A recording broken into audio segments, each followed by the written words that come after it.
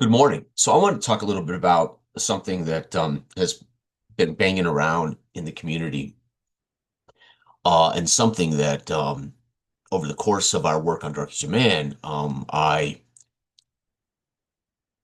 tried to express in through the concepts of player agency, which may or may not have been the ideal definition of what I was trying to say. For instance, about players having more control. But this is really going to be about something I think we probably as a community might want to look at defining better. I noticed Scott and his friend Rich had a great podcast conversation the other day, and they were talking about narrative control. And this is something that I've talked about with Dark Age of Man, giving players some control of the narrative, right? But I don't know if narrative control is exactly, and I'm going to speak as a player, right? So let me start this conversation from a player's perspective. So what do I want to happen? It's not so much I want narrative control. That implies I have some control of the story. What I really want is descriptive control. I want to be able to describe. I want the space and the time in session as a player character to describe what it is I am seeing in my mind's eye, and it might have to manifest itself verbally through the advention of something, the invention of something. And to give an example of this, in Scott's game of Task Force Raven a couple of weeks ago, he introduced us to the old woman, the old witch in the caravan, the trailer caravan, and he described this intimate situation. But in my head, the thing that he didn't tell me was when she said, "Come in and have a seat." This is conversational. This is this moment in which I'm in my character's head, right? And I'm talking about this not as some kind of there's a right way here and a wrong way. I'm trying to express what I, as a player character, in character as character, um, absolutely need. And that's not for them, it's not for the GM to know every possible thing I could possibly imagine about the scene, right? This is where, I don't know, a year or so ago, Anthony and Brian, I think, had a great conversation with their discussion about, I can't possibly imagine everything you're imagining. Again, these are my words. And also, I don't really want to step on your imaginings, but can I give you all the pertinent data, right? And this is something all of us GMs are trying to do, right? We're trying to give you all the most important information so you can act appropriately.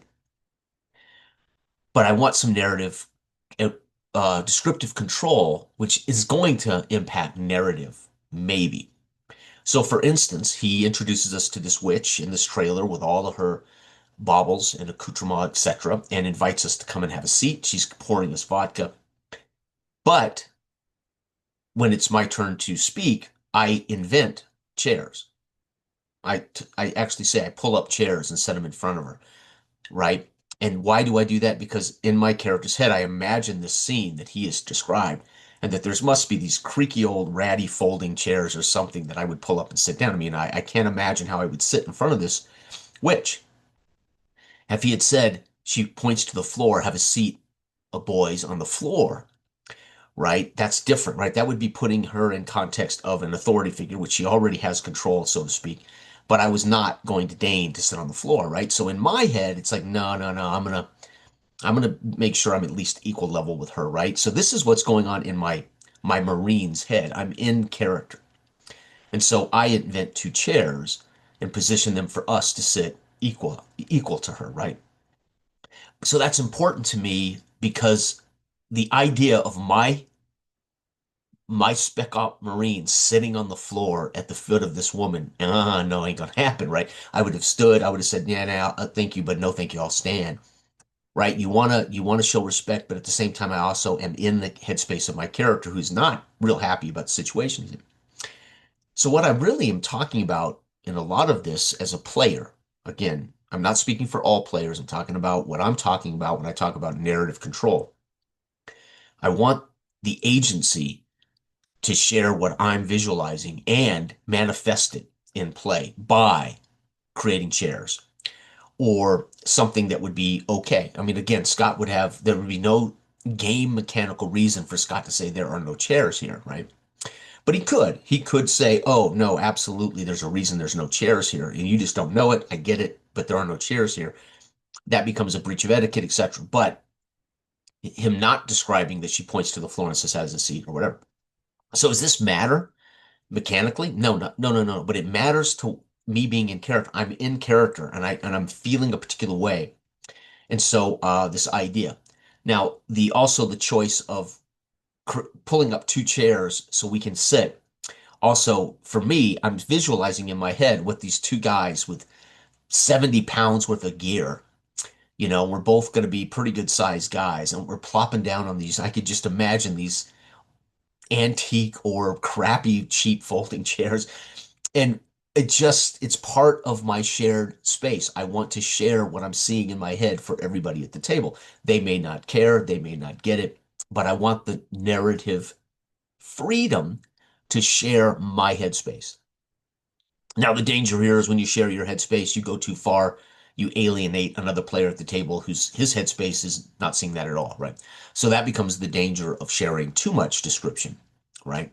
But I needed to make sense of when she said, please have a seat. I have to make sense of that. It's something that simple becomes a big deal for me. And so I talk about having the agency to say that, right? Or I talk about that, and that might somehow impact the narrative as well. I don't know. So I'm not just contributing action. I'm not just your character rolling dice in your story. I'm also contributing a sense of narrative through character that might also be the scene, the maze zone scene. I talk about this all the time. I play from in character, but I'm aware that I can express my character through the scene that I put him in. And I don't mean as a doll, third person, a doll. I mean, I define the space which reflects my character. There is no way I'm sitting on the floor in front of this woman. So I'm gonna create two chairs that I pull up in front of her, right? That is paramount to how I express my character. And a lot of people say, well, that's whatever, right? It doesn't matter to them, but it does to me as a player, right? So narrative control also matters. Dark Age of Man, we tell you as a player, you're driving, you're leading this dance, right? You are leading the dance. You are driving this because I'm a naive narrator as a GM. I only know the world. I only know the variables that are going to pop up, and that's all I can possibly know because you might choose to get on your horse and ride to Howard Town, right? Okay. So I've rolled a witch and I put a woman in the road along the way, and there's this witch that you ride upon on your way to Howard Town, and how you deal with that witch or how whether that witch becomes a conflict or whether you aid this old witch or whatever. I don't know. I don't know. I'm naive. But it requires that you as a player take agency over where you're going and why you're going. You follow your goals, right? This, by its very nature, gives the players narrative control, right? So in that sense, when I talk about player agency in Dark Age of Man, I am indeed talking about player direction, player driven, right? Therefore, they will have some narrative control. No, no, I'm not going to the Gold Leaf Inn. I've got to see I'm going up to seek audience with Lord Washburn, right? They don't have to say out loud because I wanna blah blah blah. But they're telling me I'm headed up to seek audience with Lord Washburn as I pass the barricades, as I cross the bridge into the town of Dredgetown, right? Which is so there's the village of Dredgewater, and then there's Dredgetown, which is the little town inside the main keep. And they can describe all this. And as they approach the guards, will ask them, what do you seek? I want to talk to Lord Washburn. Oh, okay, I'll let him know you're here, whatever. They are directing the narrative, right? For whatever reason, their personal goals as a player, and there can hopefully, obviously, those should hopefully be entwined with their characters' perspective on the world, etc. But very often, I probably because I speak quickly and I go quickly through these thought paradigms, sharing these ideas. I very often, I think, I very often color my, I color my conversation by not being completely accurate with the terms I use. Sometimes I'm discussing descriptive control and not narrative control, but I tend to call those things, I tend to mush all those things together as narrative control, player agency. But of late, I've been realizing that mostly what I'm talking about as a player, because I want to be, so I'll get this straight. I want to be in character as character. And that means I don't really want to be in control of creating the world, right? I want to experience the world because that's how I stay. But I definitely need the room to describe.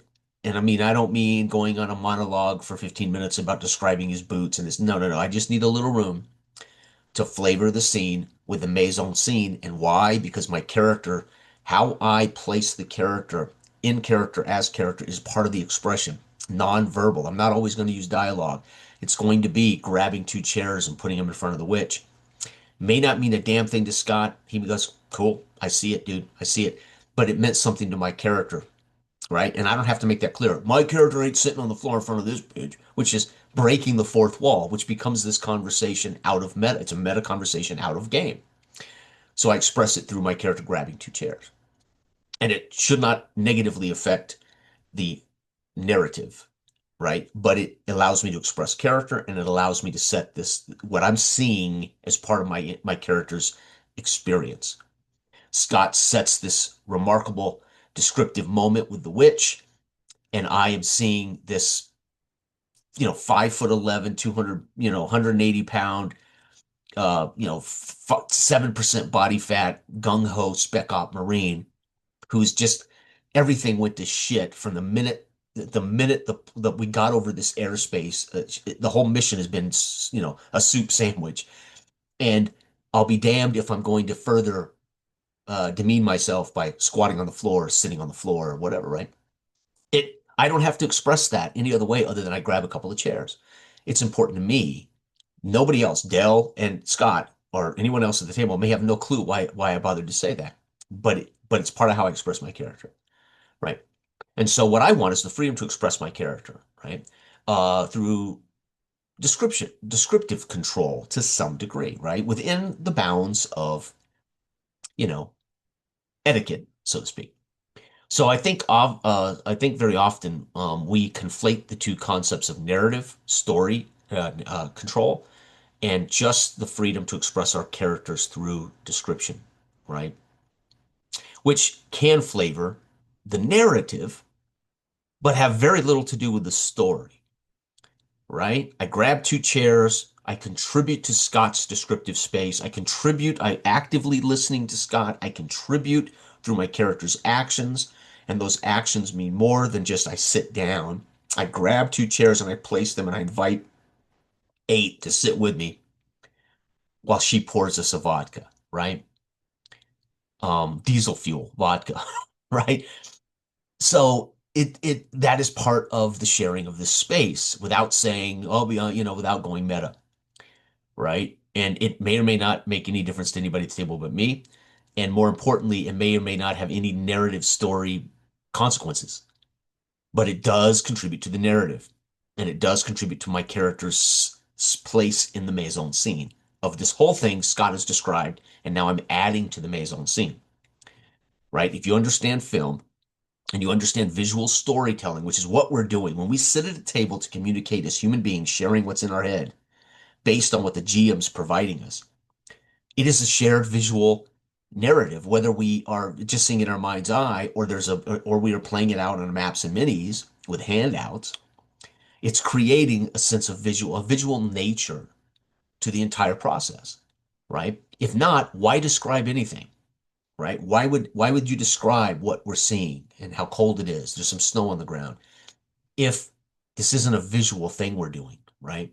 Through language. Okay.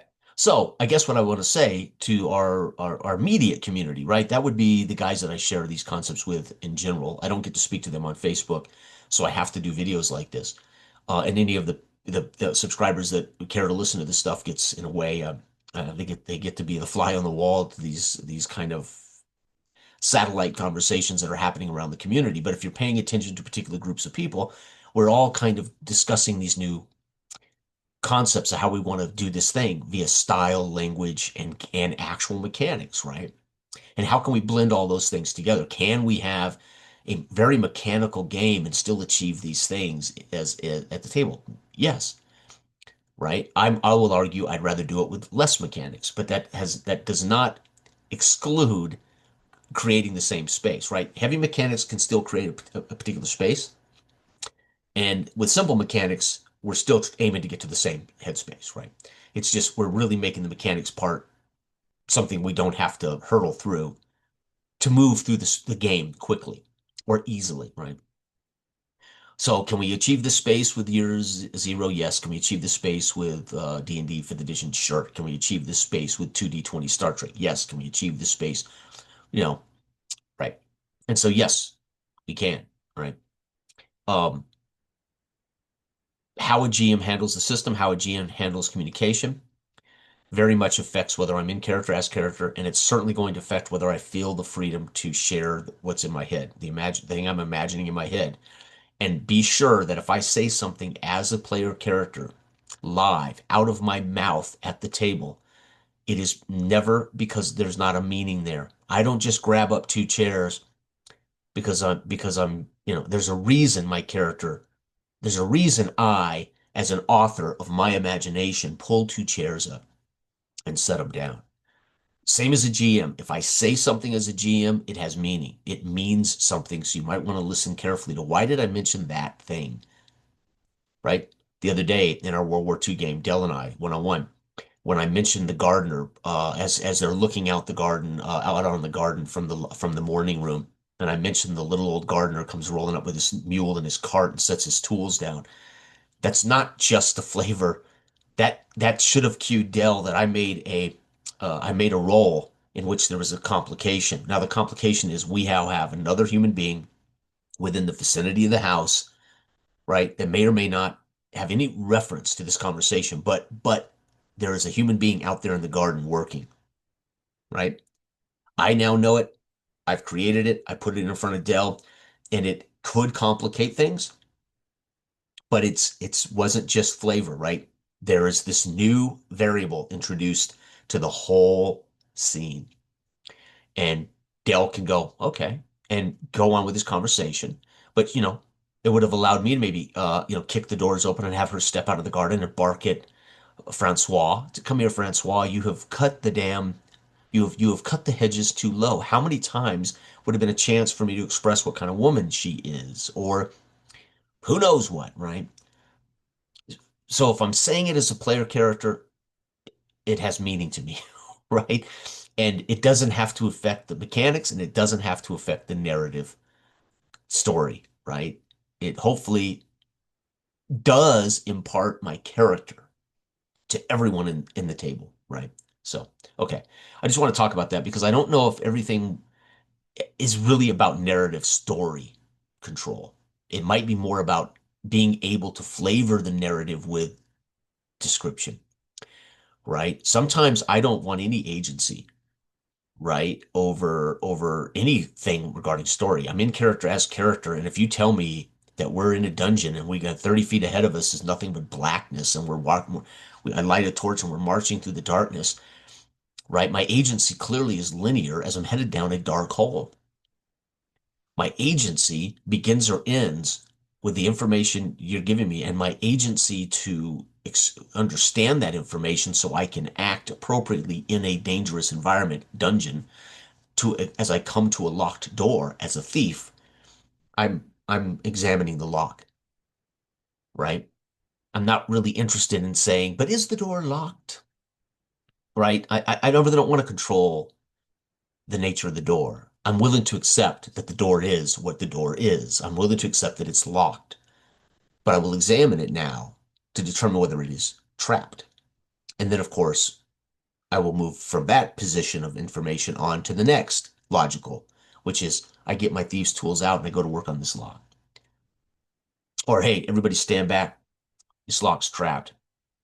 I'm going to get my tools out and begin to see if I can remove this lock, right? And so I don't want any control of the narrative there, right? I only want to contribute as a player character through emergent play which ironically, as the trap explodes in my face and kills me dead, my death becomes part of the narrative story, right?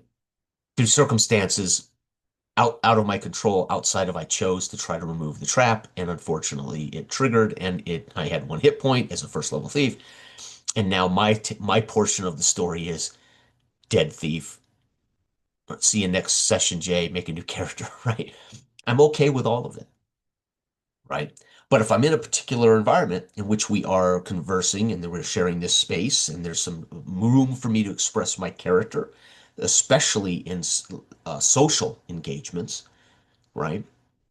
Right. So, I think it deserves attention to discuss what is it really as a player really needs and wants.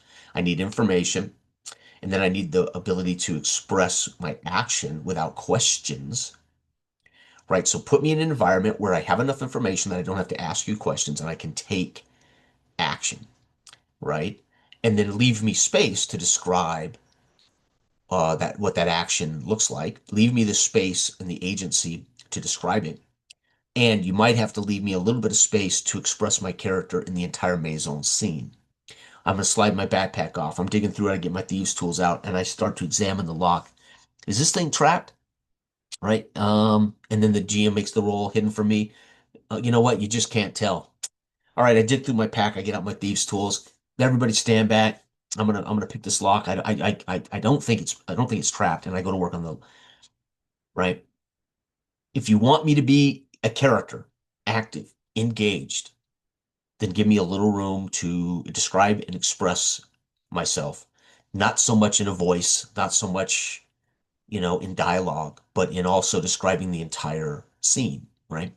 Digging through my backpack, getting out my tools, because this stuff means something to me, right? And especially if I say it, I'm meaning to send a message to everybody else, something about my character, how intricate they are, how detailed they are, or how sloppy they are, or how they don't pay attention to anything. And to me, that's good role playing. I mean, I've heard people in the community. I've had somebody I always respected and liked spend 2.5 hours tearing me up in public over how bad a role player I am. Ironically, which they're entitled to their opinion, but the irony is I don't think they comprehend what role playing means to me, right? And that's what you can't necessarily understand, right? But the point is, I think there's narrative agency over the actual story. I want to be in character as character. I want there to be emergent play, therefore emergent story. But I want descriptive agency and some control over my place in the narrative through how I represent my character. I don't need that to affect the story at all. I need it to express my character, and that becomes my role in your story, right? The conversation with the witch went the way that it went. The things that I chose to do as a character may have had no impact on the conversation with the witch. Whether because we were role playing and Scott said Jason's doing a good job, I'm gonna meet him halfway with negotiation. I don't even ask him. I'm not even asked to do role. He's role playing, dude. We're waving we're waving presence roles here because he's engaged and we're actually having an actual dialogue as two human beings. And I appreciated that Scott wasn't asking me to make presence rolls because I was engaged in an actual negotiation with the witch. And I wasn't trying to intimidate her. If I had stepped out and said, "Look, listen, lady, I'll bring down hell upon you via the United States military, Air Force," that would have should have cued the woman going, "Yeah, let's make a presence check there, cowboy, to see if she buys your bullshit." Because I have no, that's where a role comes. But I was in character, and from that character's vulnerable position, did the best I could to negotiate with this woman, honestly. And I appreciate that Scott may have been making roles I wasn't aware of, but right. And this to me is paramount to quality role playing. What Scott chose not to ask for a role on, what Scott accepted as our conversation as two characters, right? Obviously, in Dell, of course. I don't mean to leave Dell out. I mean Dell, obviously, but I mean that when I would say something, it wasn't necessarily a let's make a check, presence check, right? Because I didn't bluff her, I didn't intimidate, I played it as a character would. Dude, I have no leg to stand on here. Now I could attempt if I felt like they were gonna take control of us bodily. I might then have to go to the intimidation and say, "Lady, the Air Force will come looking for us. You do not want to fucking take us captive, right?" Then I risk a roll to see if she buys it. But I negotiated it as if I was there. I negotiated, "Oh my God, dude, we are in a bad situation. Let's make a bargain with this woman. Let's see if we can bargain." And she may laugh knowing our the fate of our circumstances and doesn't care what we do. Doesn't matter. I played it from my character's perspective, right? Which is, dude, they could kill us and bury us in the freaking desert. We we don't have a leg to stand on. And those are the moments in role playing that you never forget, right? So, all right, everybody, thanks for watching. Everybody have a great weekend. All right, bye.